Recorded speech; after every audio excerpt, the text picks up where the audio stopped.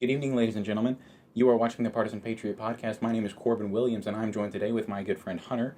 And today we're going to be just briefing the hearing that happened earlier this week, where Pam Bondi, the director of the DOJ, was asked some pretty tough questions pertaining to the Epstein files, and then also given some softball, layup for political talking points in front of Congress. And let's get right into it.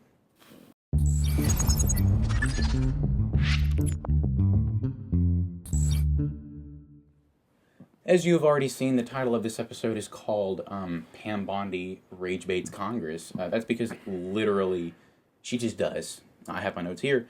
So with the recent history of the Epstein files, just to give a brief of it, Trump makes a campaign promise to release them. Right? That's in early 2025. Early 2024.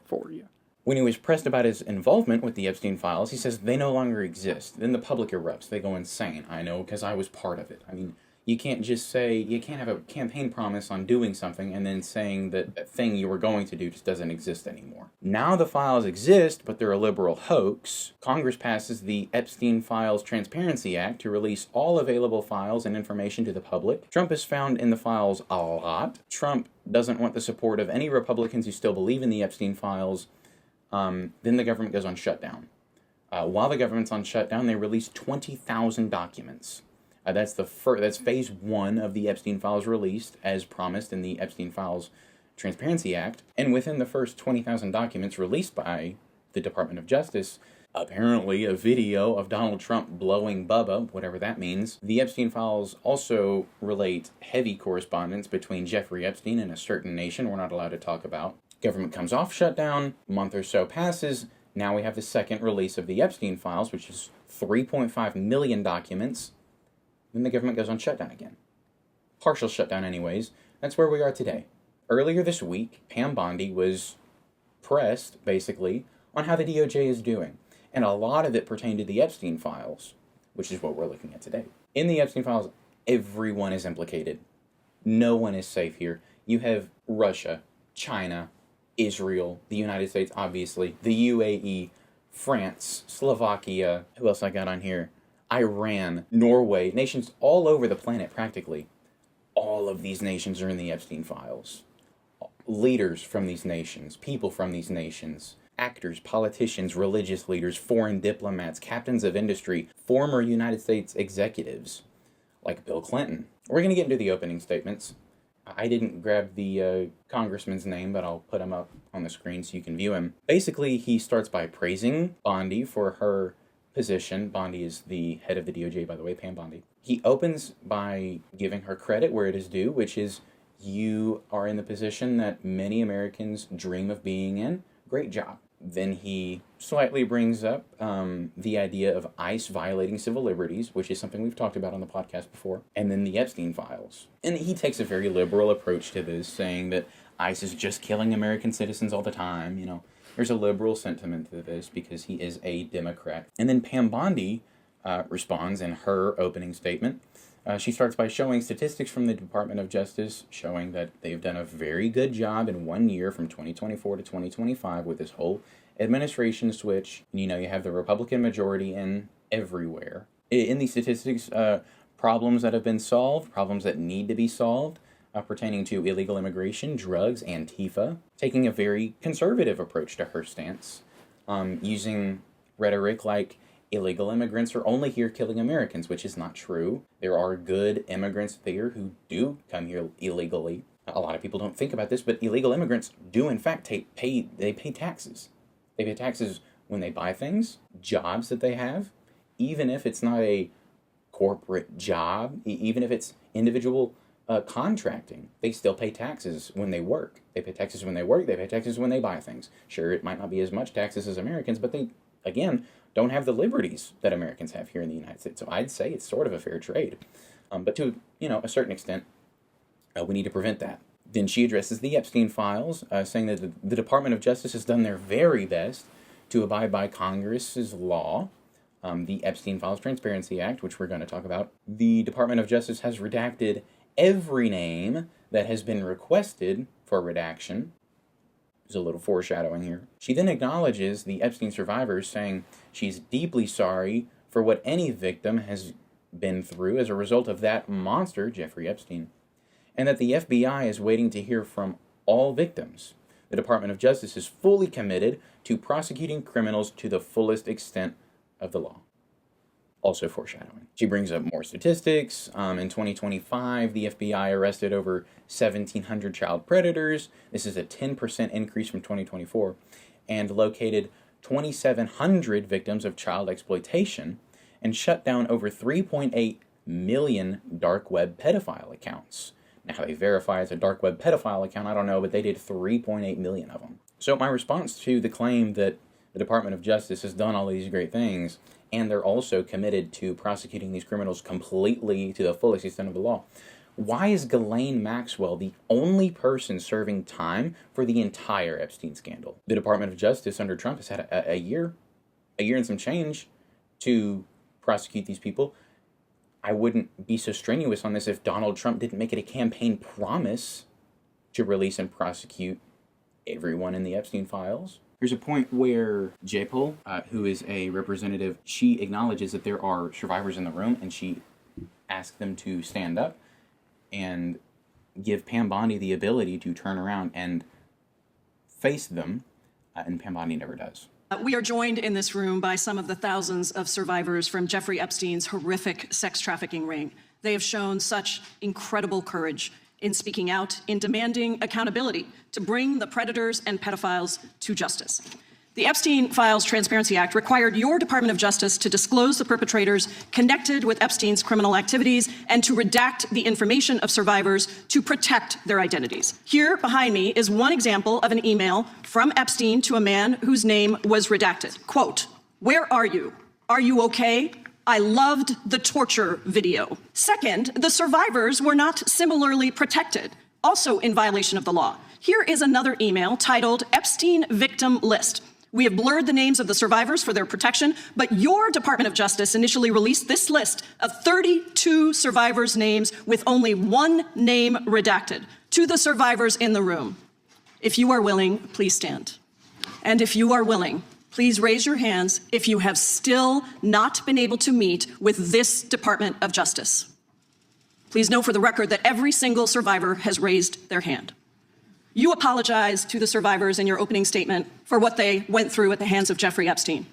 Will you turn to them now and apologize for what your Department of Justice has put them through with the absolutely unacceptable release of the Epstein files and their information? Merrick Garland sat in this chair twice. Attorney General Bondi. No, can I finish my answer? No, I'm... So we get to the Epstein survivors portion of the hearing, and at the 34-minute mark of the video, we hear from Representative J-Pol, a Democratic representative from Washington, regarding the redacting of the predators and the exposure and illegal showing of the survivors. Which goes into, she shows us an email between Jeffrey Epstein and a redacted predator. He's unredacted, but his name is super Arabic, and I cannot repeat it. Basically, sum it up short, this guy was head of a tech company, did stuff for Trump. You know, that's going to be a pattern you're going to see. A lot of these powerful guys have some form of connection to politics, and that's what's getting them redacted. Yeah. So this fella, who is now unredacted, he had heavy correspondence with Jeffrey Epstein, and this is how Jeffrey Epstein got his money. So Sultan, I'll just call him by his first name because it's easier to pronounce, had correspondence with Jeffrey Epstein as the leader of the UAE, particularly a section of the UAE government that handles diplomacy. Well, Jeffrey Epstein had no money and met this Sultan character and became great friends, and he walked Jeffrey Epstein through financing. This is how Jeffrey Epstein was able to get all of this money. Not only that, but he was eventually led to correspondence with that nation we're not allowed to talk about, made a lot of money there as well. Then he ventures into American politics, where, coincidentally, Sultan had already made connections with members who were in the current Trump administration. So that's Jeffrey Epstein's in. So this Sultan guy is a very keen character to the subject of Jeffrey Epstein. But anyways, then she cuts into the survivors and how all of them, what'd she say? She said all of them but one had been exposed, like their identities had been shown. You could see who they were. And she said it was more than just their names. There had been videos of what happened and nude pictures and stuff that should not have been released and should have been protected by the United States government was not protected by the United States government. And at the end, she asked the survivors to stand up and raise their hand. So to stand up if they were present, and then to raise their hand if they had been or if they had attempted to contact the DOJ, continue to raise their hand if they had not gotten anything back from the DOJ.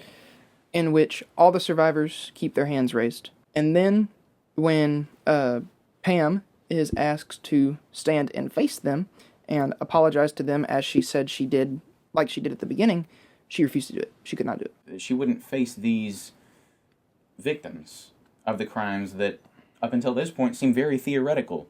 Oh, some guy, some pedophile, some island that's really far away from here. Okay, it's not theoretical anymore. The victims that we're talking about are behind you. And Pam Bondi refuses to stand up, face them, and apologize for the inaction of the Department of Justice when it comes to prosecuting these pedophiles and even protecting the rest of the victims of this horrendous crime. She attempts to interject. Oh, you didn't ask Merrick Garland about these things. So Merrick Garland is the former Attorney General for the Biden administration. And he was an Obama appointee for the Supreme Court who was denied. This is a common thing that you're going to see throughout this hearing, is that Pam Bondi attempts to bring up the fact that the Democrats didn't acknowledge the Epstein files, but there's reasons we cannot equate the Biden administration to the Trump administration, especially as it pertains to the Epstein files, which we'll get into later. As she's responding with this sort of "don't look at me" anecdote, Jip Hall interrupts her and says, "Will you or will you not face these victims and apologize?" And she doesn't. Representative Nadler highlights that Bondi's DOJ has yet to prosecute any of the new conspirators. So they'd obviously prosecuted like the obvious ones, like what's her name, Giselle or just Ghislaine Maxwell. Ghislaine Maxwell. Well, Ghislaine Maxwell hasn't. It's not a new prosecution. Ghislaine Maxwell was prosecuted in I believe it was 2008, and then again in 2019. The thing is, the prosecution in 2008 was halted because Jeffrey Epstein got what's referred to in this entire ordeal as the sweetheart deal. He served, I believe it was 2 years in prison, and in prison was house arrest where he was able to leave. I mean, he was just basically monitored by the government a little more strictly than he otherwise would have been for about 2 years. And then because of this agreement, he didn't have to give any incriminating information about himself, the conspirators, or especially Ghislaine Maxwell. 2019 comes around, Ghislaine Maxwell is arrested, and 2025 comes around. I did an episode on this earlier, and she has a plea. She says, Florida said I could do blah, blah, blah in 2008. What the state said does not override what the United States Supreme Court says.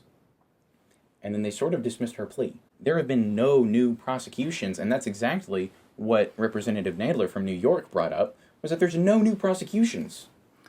And like mentioned earlier in the video, how are we supposed to believe the Department of Justice when they say we want to prosecute everyone to the fullest extent of the law, but Ghislaine Maxwell is the only person serving time for the entire scandal, which spanned over decades, multiple presidencies? Why is Ghislaine Maxwell, multiple countries around the world, why is Ghislaine Maxwell the only person in prison, yet we're led to believe by the Department of Justice, Pam Bondi, that they're doing their best?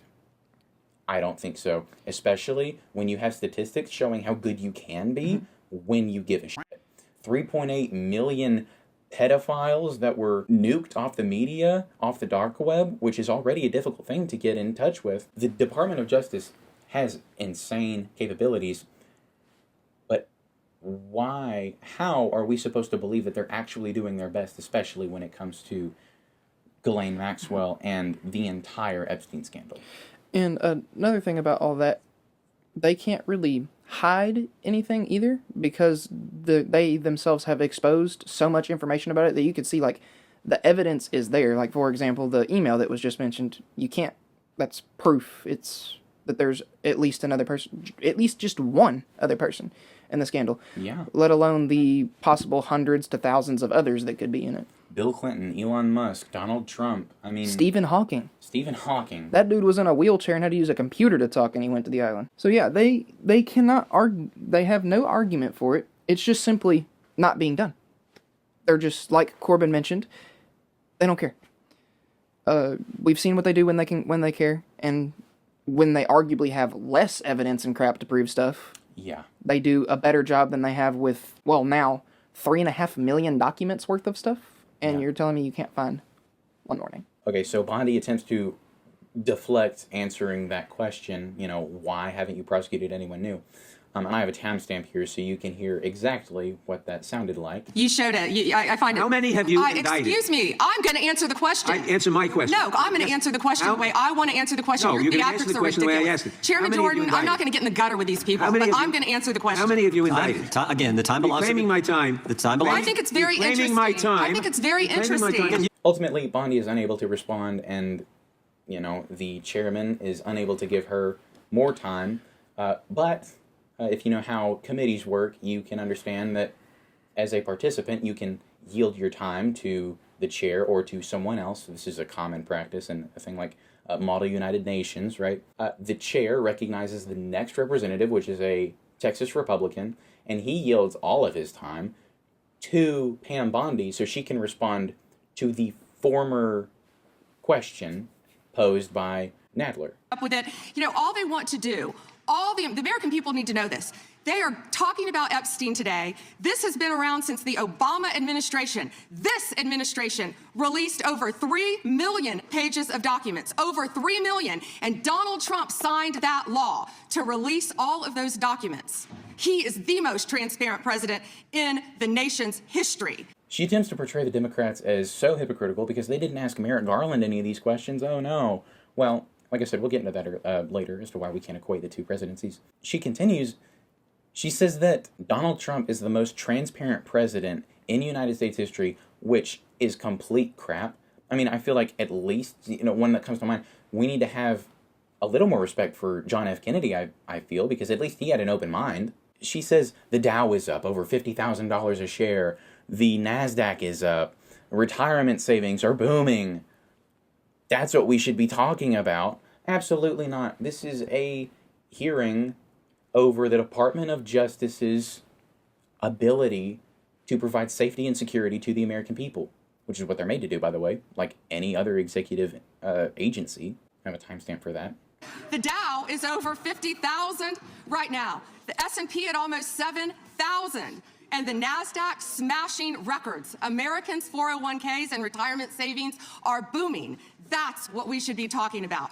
My reaction to this, pedophiles are on the loose, but at least the billionaires are getting money. I mean, that seems to be the sentiment when in the face of literal sex criminal victims, you say, oh, well, the NASDAQ is up. The Dow is up $50,000 a share. That's what we should be talking about. People are getting money. By the way, this is only about a fifth of the hearing. The hearing is 4.5 hours long. And I'm trying to take all of this information and cram it into one video, And then eventually Don Lemon is brought up. So this is another thing that's happened since my last video, so I'll cover it real quick. Don Lemon, super prominent Democrat, basically. Clearest example I can give of him. So Don Lemon entered a church with a group of protesters because the leader of the church was I believe he was an ICE officer. And so Don Lemon walks into the church with a crowd full of people, and he, these people have signs, these people are kind of being angry, they're not being the nicest as they protest, they're not breaking anything, but they enter the church and they protest in the church while people are attempting to worship. Now, something that's made clear in this hearing is the view of the Republicans, which is that you can't do that. That's rude. That's mean, which, of course, it is. It is illegal, and Don Lemon could face jail time. They use it in a sentiment that is, rhetorically anti-democratic. So Chairman Jordan, who is the chair of the entire hearing, he says, the DOJ is doing a great job handling the situation as it pertains to Don Lemon and his rioters. They weren't rioting. They were protesting. They did it illegally, but they weren't rioting. They weren't breaking stuff. They weren't spray painting anything. If this guy wants to see what rioting looks like, maybe he should look at Kenosha. I don't know, look at Black Lives Matter rallies with this, easy area of questioning, if you can call it that, Pam Bondi takes the time to make some more conservative talking points, and she even says that no one is above the law, except apparently all of those pedophiles that we're letting off as the Department of Justice. Missed that one, I guess. Don Lemon did break the law. You are not able to exercise your civil liberties to the extent they violate someone else's. So in this instance, it's a First Amendment issue. Don Lemon's First Amendment free speech and protest interfered with the freedom of religion for the people who were practicing in the church, right? And as soon as that happened, he was breaking the law. Furthermore, that's just one legal argument to one legal avenue to look at things. Furthermore, the FACE Act. So the FACE Act prevents protesting from, I believe it's abortion clinics, but also places of worship. So you can kind of see where that compromise was between the left and the right. Well, you can't do it. You can't protest at an abortion clinic, and you also can't protest at a church. So obviously there's sentiments for the left and right in that FACE Act. Well, Don Lemon, unfortunately for him, violated the conservative ladder, which was protesting at or in a church. You're not allowed to do that. So there's a slight conflict of interest here when the chairman of the entire hearing is speaking in the capacity of a representative, because he, as the chair, offers himself time that he can then use as a representative to ask questions. There's a conflict of interest there, because as a chair, your opinion is completely disregarded. You are only in the position of delegating time and authority to people who are in the room with you. That being said, he's also a representative representing Ohio in the chambers. So although it seems like there could be a conflict of interest there throughout, his time being used as a representative, it is legal, it is allowed. So, finally we get back to the Epstein files, and Representative Johnson from Georgia asks if the Department of Justice assigned 1,000 officials to expunge Trump's name from the Epstein files. Bondi responds that 500 were assigned to the task. At least 500. And they've been over that for a while. He asks Bondi, he gives her another opportunity to face the victims/survivors in the room and apologize for the DOJ's inability/incompetency to handle the Epstein prosecution. And then Representative Fitzgerald from Wisconsin delivers another political talking point about illegal immigration and how good the Department of Justice and the Trump administration have done in just 1 year. So he goes back to glazing the Trump administration and the Department of Justice, just like they had done 30 minutes beforehand. And you're going to see that this is a very common theme from the Republican side during this whole thing.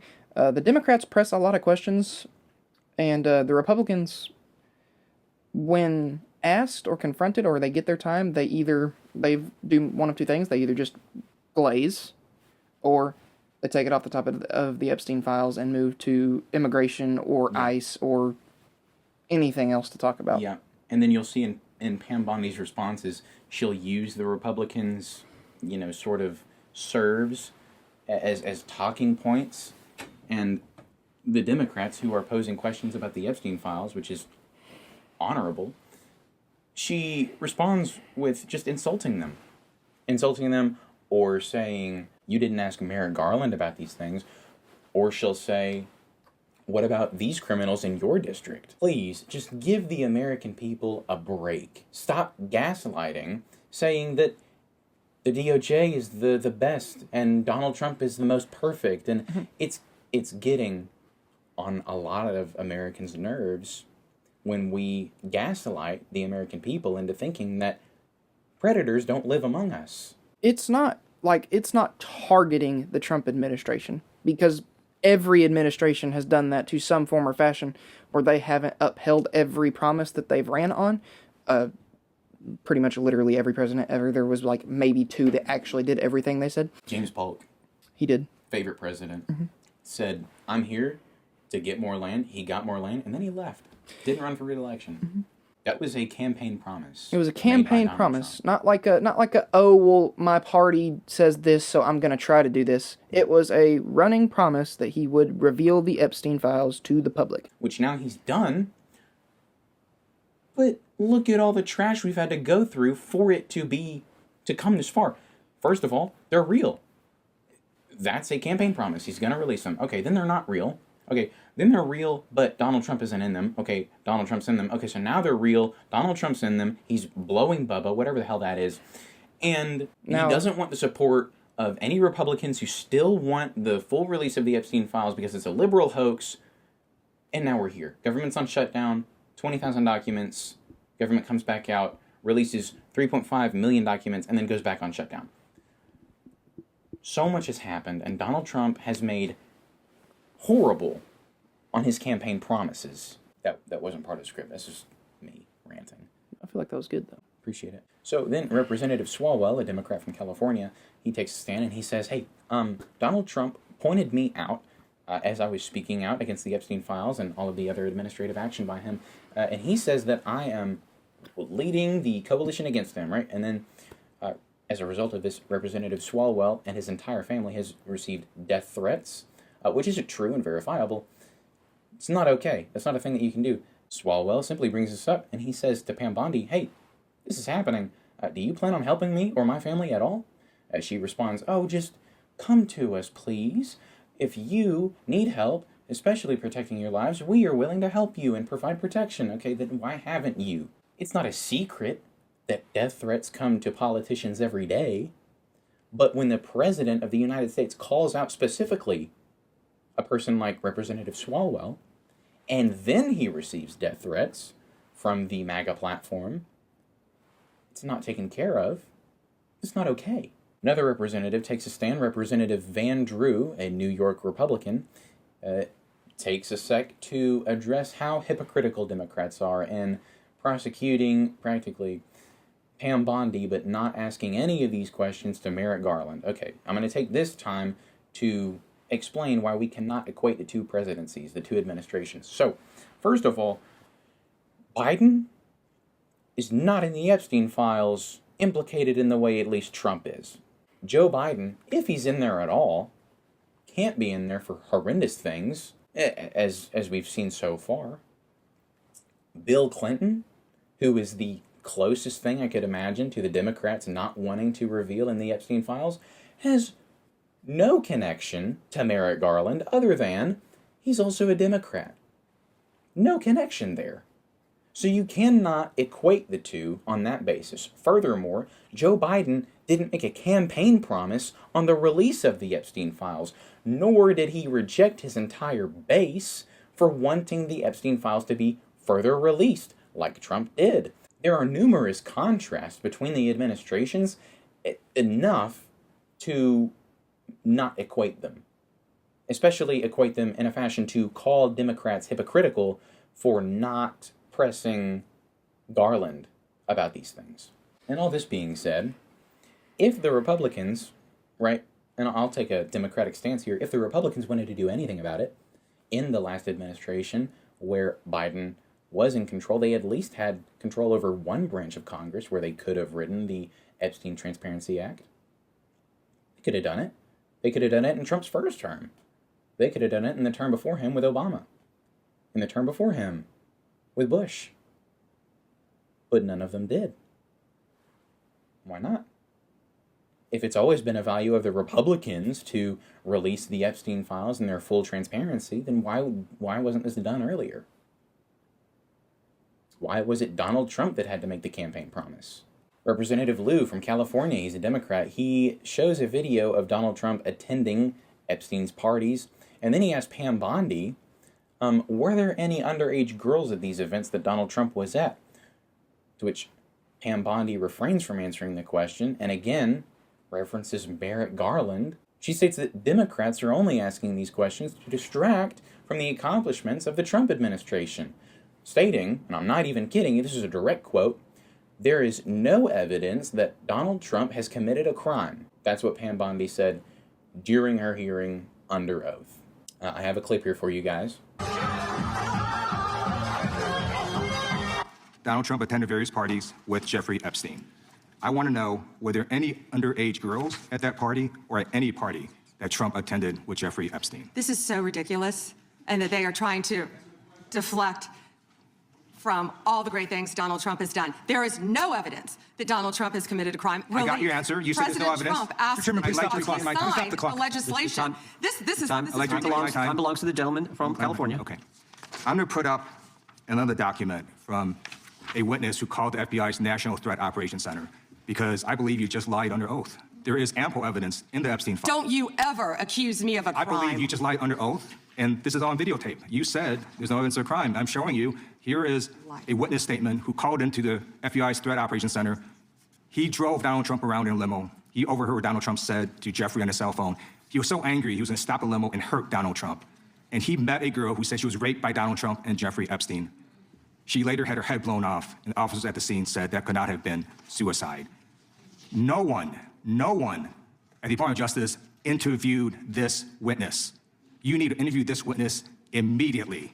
And you have not held a single man accountable. Shame on you. If you had any decency, you would resign right after this hearing concludes. The gentleman has expired. Representative Liu says he believes that Pam Bondi has just now lied under oath. Pam Bondi deflects her answer, her response, to crime in California, attempting to insult the Representative Liu, instead of taking responsibility for the Department of Justice's inaction in this full prosecution of the Epstein conspirators. This is what Congressman Liu didn't want to talk about. California has released 4,561 criminal illegal aliens onto its street. The crimes of these aliens include 31 homicides, 661 assaults, 574 burglaries, 184 robberies, 1,489 dangerous drug offenses, 379 weapons offenses, and 234 sexual predator offenses. That's why they are deflecting. That's why they're trying to talk about the Epstein files. That's currently happening in his home state. Which is an embarrassment. We have more softball questions, and then Thomas Massie gets on stage. Love Thomas Massie for this. He is one of the only Republicans who gets on stage and attempts to combat the Department of Justice as it's currently being managed. He shows a very heavily redacted Epstein file, which ultimately demonstrates the Department of Justice is covering up the most important pieces of the Epstein files that would ultimately incriminate pedophiles. Thank you, Mr. Chairman. Behind me, I have 3 documents from the DOJ production that are emblematic of the massive failure of the DOJ to comply with the Epstein Files Transparency Act. To my right is an email that was sent by the victim's lawyers to the DOJ. It was a list of names not to redact, a list of names not to release. What did the DOJ do with this email? They released this email in the document production. Literally the worst thing you could do to the survivors, you did. And they're getting phone calls. A lot of these people didn't want to be known. And we know you touched the document because you redacted one name and you redacted the lawyer's name, but you left the survivor's name there. The next document I want to show you, that was in the title, the victims' survivors' names, all right? The title of this one is Child Sex Trafficking, Co-Conspirators, fully redacted. And by the way, I'm going to unredact them here.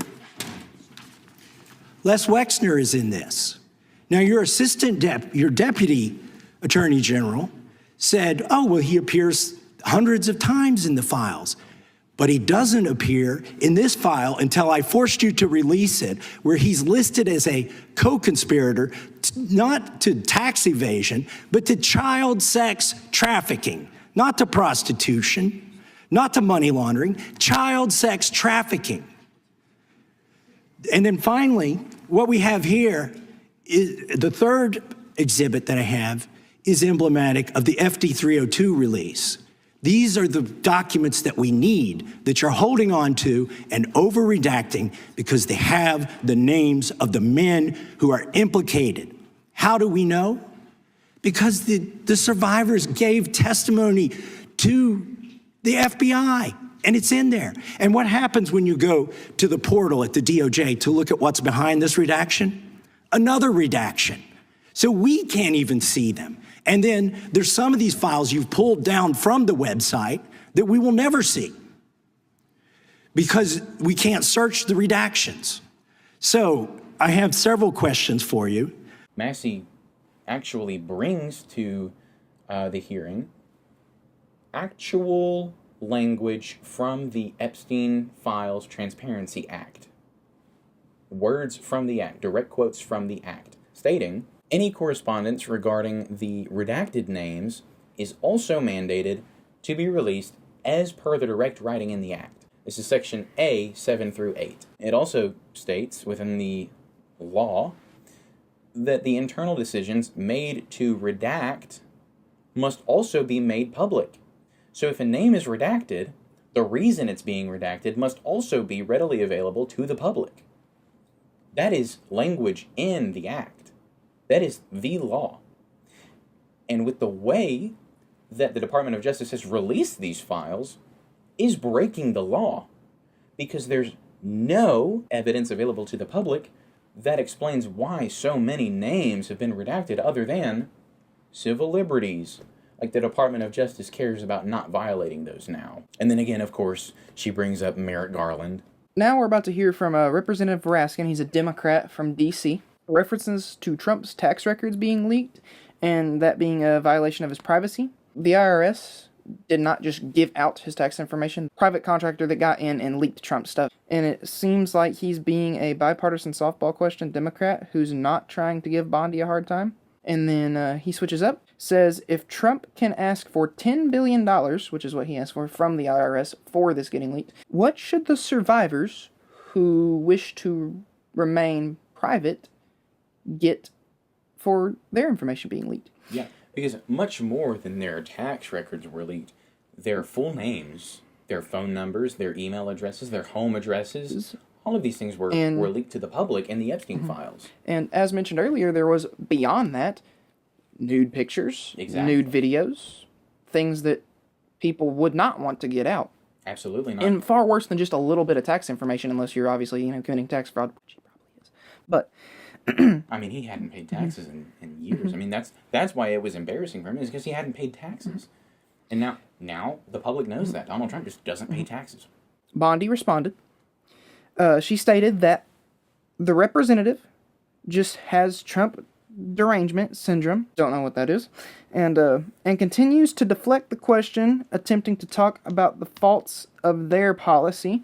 So basically, she just spins the ball on him, calls him retarded, says he's just doing it because he does not like Donald Trump. Representative Ross, he's a Democrat from Pennsylvania, says, hey, do you think, Miss Pam Bondi, that Ghislaine Maxwell should be getting special treatment in a low-security prison after her conviction of horrendous sexual crimes and correspondence with Jeffrey Epstein? And she says, no, absolutely not. Who would think that? Okay, well, the Department of Justice sent her there, so what do you have to say about that? And then more deflection. More deflection, bringing up Garland again and again. Just deflection and filibuster. And it's the most annoying thing you've ever seen, because she is an appointed executive by the president. You would think she knows how to conduct an interview, a press conference, being asked simple questions, especially since she was a prosecuting attorney for the state of Florida. She was the attorney general for the state of Florida for 18 years. Representative Balin, a Democrat from Vermont, comes out, and he highlights that the Department of Justice has completely failed to interrogate high-ranking members in the Trump administration for their direct or indirect involvement even with the Epstein files and correspondence with Epstein. Bondi refrains from this anecdote and questions, or highlights rather, the fact that no one cares about Bill Clinton in the Epstein files. What about him? What about Merrick Garland and when Joe Biden was the president? No one was talking about that. Well, first of all, we've already demonstrated why you cannot equate the two administrations, especially as it pertains to the Epstein files. But also, who cares about Bill Clinton? Biden didn't care about Bill Clinton. Biden has no reason to protect Bill Clinton or Hillary Clinton. Merrick Garland had no reason to protect Bill Clinton. So, yeah, no one cares about Bill Clinton, especially right now. You're responsible for this segment of a scandal that has lasted decades, multiple presidential administrations. Sure, it's unfortunate that you're the first one that it comes down on, but you're also working for the guy who brought this upon you. The president made this executive promise, and you assumed the responsibility when you took office as leader of the DOJ. Bill Clinton is also, in the Epstein files, mentioned anyways, much less than Donald Trump. Should anyone be reminded? Sure, he's in there, but it's much less than Donald Trump is in there. And for, frankly, much less than what Donald Trump is in there for. Donald Trump is in these things allegedly sexually assaulting minors. Bill Clinton, we know, isn't into minors. His type is, big, tall, orange people, or even Monica Lewinsky. So Representative Crockett, a Democrat from Texas, echoes the sentiments of her Democratic colleague from Vermont, who we just spoke about, Representative Balint, stating that the Department of Justice has effectively covered up these sex criminals who were very heavily implicated in the Epstein files. And states that Thomas Massie, who we've talked about briefly, is the only Republican with a backbone to stand against the administration. Now, this is important because what else is significant about Thomas Massie when we compare him to the rest of the Republicans? And then, finally, to conclude the entire thing, there is a question about gender-affirming care, and if you know anything about Pam Bondi or you've been listening to this discussion at all, you could imagine what her response was. In conclusion, Pam Bondi has no clue how yielding time works. She continuously interrupts her representatives. She deflects answers. She constantly filibusters and constantly insults representatives for crimes in their district, or at least attempts to. Pam Bondi did my own opinion, a horrendous job defending the Department of Justice, representing the American people, and representing what defending the American people looks like. Sure, we have big shiny statistics that make us look good, but in practice, we're protecting pedophiles. We're exploiting these victims. And we're doing it with no remorse, without an apology to the victims who are sitting right behind us, who attempted to contact the Department of Justice and who were ignored, who didn't receive any response by Pam Bondi's department. And she wants to sit up here and criticize other people for their mistakes, with a cross necklace on, mind you. So, ladies and gentlemen, that concludes the 10th episode of the Partisan Patriot. Thank you for joining me and my friend Hunter tonight, talking about the Epstein files and their release, the Epstein Files Transparency Act specifically, and the Department of Justice, as the hearing happened earlier this week. Thank you for watching. Please like, share, subscribe, leave a comment if you'd like, and we'll catch you next time.